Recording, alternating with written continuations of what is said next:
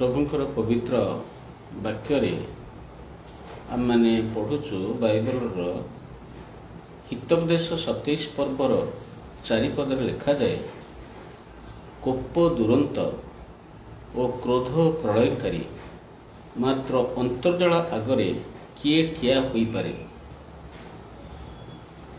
ଏ ବିଷୟଟିକୁ ଆମେ ଟିକେ ଯଦି ଗଭୀର ଭାବରେ ଚିନ୍ତା କରିବା, ଅନ୍ତର୍ଜଳ ପାଖରେ କିଏ ଠିଆ ହେଇପାରେ। କାରଣ ଅନେକ ସମୟରେ ଗୋଟେ ଛୋଟ ଉଦାହରଣ ସ୍ୱରୂପ କାହାଣୀ ରଖୁଛି। ଜଣେ ଭଉଣୀ ରାସ୍ତା ଯାଉଥିବା ସମୟରେ ଗୋଟିଏ ଭଦ୍ର ସୁସ୍ଥ ସବଳ ସ୍ୱାସ୍ଥ୍ୟବାନ ବ୍ୟକ୍ତି ଗୋଟିଏ ଅନ୍ଧ ଲୋକକୁ ଧରିକି ଭିକ୍ଷା ମାଗୁଥିଲେ। ଆଉ ଏ ଭଉଣୀ ଜଣକ ପରାମର୍ଶ ଦେଲେ ଯେ ଭିକ୍ଷା ମାଗିବାଟା କ'ଣ ଉତ୍ତମ, ପରିଶ୍ରମ କରିକି ତ ଚଳିପାରନ୍ତ। ଏତେ କଥାରେ ତାଙ୍କ ଭିତରେ ଏତେ କ୍ରୋଧ ବିରକ୍ତି ଭାବ ସୃଷ୍ଟି ହେଲା ଯେ ସେ ତାଙ୍କୁ ଅଭିଶାପ ଦେଲେ, ତୁମେ ମଧ୍ୟ ଦିନ ଅନ୍ଧ ହେବ। ପାଖରେ କେତେ ଜଣ ଥାଇକି ଭୟ କରିକି ସେମାନେ ବି କିଛି କିଛି ଦାନ ଦେଲେ ତାଙ୍କୁ।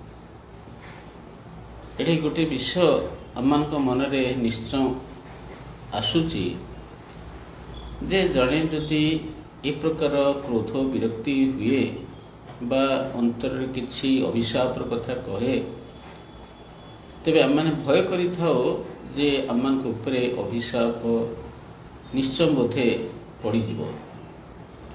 ଆଉ ଏଇଭଳି ଆମମାନଙ୍କର ପ୍ରତ୍ୟେକଙ୍କର କିଛି ନା କିଛି ଅନୁଭୂତି ଅଛି। ଆମମାନଙ୍କର ବ୍ୟବହାର ଦ୍ୱାରା, କାର୍ଯ୍ୟ ଦ୍ୱାରା, କଥା ଦ୍ୱାରା ଅନେକଙ୍କ ପାଖରେ ଆମେ ଅସନ୍ତୋଷ ପାତ୍ର, କ୍ରୋଧର ପାତ୍ର, ବିରକ୍ତିର ପାତ୍ର ହେଇଛୁ। ଅନେକ ଅଭିଶାପ ଦେଇଛନ୍ତି, ଅନେକ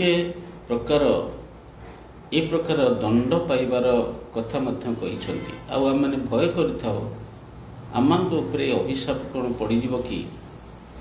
ହଁ, ପ୍ରଭୁଙ୍କର ବାକ୍ୟରେ ଲେଖାଯାଏ ଯେ ଅନ୍ତର୍ଜଳ ପାଖରେ କିଏ ଠିଆ ହେଇପାରେ। ତାମାନେ ନିଶ୍ଚୟ ଏହାର ଅନେକ ସତ୍ୟାସତ୍ୟ ଅଛି ଏହି ଦଣ୍ଡ ଆସିବାର, ପ୍ରଭୁଙ୍କର ବାକ୍ୟ କହେ। କିନ୍ତୁ ଏଥିରୁ କ'ଣ ଉଦ୍ଧାର ଅଛି? ଏ ପ୍ରକାର ଅଭିଶାପରୁ କ'ଣ ମୁକ୍ତି ଅଛି? ହଁ, ବାଇବଲରେ ଗୋଟିଏ ବିଷୟରେ ଆମେ ଦେଖୁଛୁ। ଗାଲାତୀୟ ପୁସ୍ତକ ତାର 3 ପର୍ବର 14 ପଦରେ ଲେଖାଯାଏ, ଏହି ଆଶ୍ରୟରେ ଖ୍ରୀଷ୍ଟ ଆମ୍ଭମାନଙ୍କ ନିମନ୍ତେ ଆପେ ଶାପଗ୍ରସ୍ତ ହୋଇ ବ୍ୟବସ୍ଥା ଶାପରୁ ଆମ୍ଭମାନଙ୍କୁ ମୁକ୍ତ କରିଅଛନ୍ତି। ଯେପରି ଲେଖା ଅଛି, ଯେଉଁ ଜନ ବୃକ୍ଷରେ ଟଙ୍ଗାଯାଏ ସେ ଶାପଗ୍ରସ୍ତ। ଆମମାନେ ସର୍ବଶକ୍ତିମାନ ପିତା ପରମେଶ୍ୱରଙ୍କୁ ଧନ୍ୟବାଦ ଦେବା ଯେ ଆମମାନଙ୍କୁ ଯେତେବେଳେ ଭୟ, ଅଭିଶାପ, ସଙ୍କଟ ଭିତରେ ଆମମାନେ ଥିଲୁ, ପିତା ପରମେଶ୍ୱର ତାଙ୍କର ଏକମାତ୍ର ପୁତ୍ରଙ୍କୁ ଜଗତକୁ ପଠାଇଲେ। ଆଉ ସେ ଆମମାନଙ୍କ ପାଇଁ ଜଗତକୁ ଆସିଲେ। ଆମମାନଙ୍କ ଉପରେ ଯେଉଁ ଅଭିଶାପ ଥିଲା, ଏ ଅଭିଶାପରୁ ଆମମାନଙ୍କୁ ମୁକ୍ତ କରିବା ପାଇଁ ନିଜେ ଆମର ସବୁ ଅଭିଶାପକୁ ନିଜ ଉପରେ ନେଇଗଲେ, ଆମମାନଙ୍କୁ ଅଭିଶାପ ଠାରୁ ମୁକ୍ତ କଲେ। ଆଉ ସେ ଅଭିଶାପର ଦଣ୍ଡ ସଦୃଶ ଆମମାନଙ୍କ ପାଇଁ କ୍ରୁଶରେ ମୃତ୍ୟୁବରଣ କଲେ। ଆଜି ତାଙ୍କର ସେଇ ମୃତ୍ୟୁ ପ୍ରାୟଶ୍ଚିତ ଦ୍ୱାରା, ସେଇ ତାଙ୍କର ପ୍ରାୟଶ୍ଚିତ ରକ୍ତ ଦ୍ୱାରା ଆଜି ଆମେମାନେ ସମସ୍ତ ଅଭିଶାପରୁ ମୁକ୍ତ ହେଇଛୁ। ସେଥିପାଇଁ ସେ ଆମମାନଙ୍କର ଅଭିଶାପକୁ ନିଜ ଉପରେ ନେଇ ନିଜେ ଅଭିଶପ୍ତ ସଦୃଶ କ୍ରୁଶରେ ମୃତ୍ୟୁବରଣ କଲେ। ଆମମାନେ ପ୍ରଭୁଙ୍କର ବାକ୍ୟରେ ଦେଖିଲୁ, ଯେଉଁ ଜନ ବୃକ୍ଷରେ ଟଙ୍ଗାଯାଏ ସେ ଶାପଗ୍ରସ୍ତ। ପ୍ରଭୁ ଯୀଶୁ ଆମ ପାଇଁ କ୍ରୁଶ ଏକ ବୃକ୍ଷ ସଦୃଶ।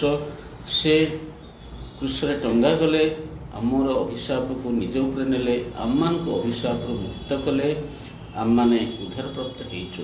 ତେଣୁ ଆମମାନେ ଯଦି ପ୍ରଭୁ ଯୀଶୁ ଖ୍ରୀଷ୍ଟଙ୍କ ଠାରେ ନିଜକୁ ସମର୍ପଣ କରିବା, ବିଶ୍ୱାସ ରଖିବା, ଆଉ ଆମମାନେ ତାଙ୍କର ପବିତ୍ର ପ୍ରାୟଶ୍ଚିତ ରକ୍ତ ଦ୍ୱାରା ସବୁ ଅଭିଶାପରୁ ଆମେ ମୁକ୍ତ ହେବା। ପ୍ରଭୁ ଆମମାନଙ୍କୁ ଆଶୀର୍ବାଦ କରନ୍ତୁ, ଏହି ପବିତ୍ର ମନ ହୃଦୟ ଦିଅନ୍ତୁ। ଆମମାନେ ପ୍ରଭୁ ଯୀଶୁ ଖ୍ରୀଷ୍ଟଙ୍କୁ ହୃଦୟରେ ବିଶ୍ୱାସ କରି ଗ୍ରହଣ କରୁ ଏବଂ ତାଙ୍କଠାରେ ନିଜ ନିଜକୁ ସମର୍ପଣ କରୁ। ପ୍ରଭୁ ଆମମାନଙ୍କୁ ଅଭିଶାପରୁ ମୁକ୍ତ କରନ୍ତୁ। ଧନ୍ୟବାଦ।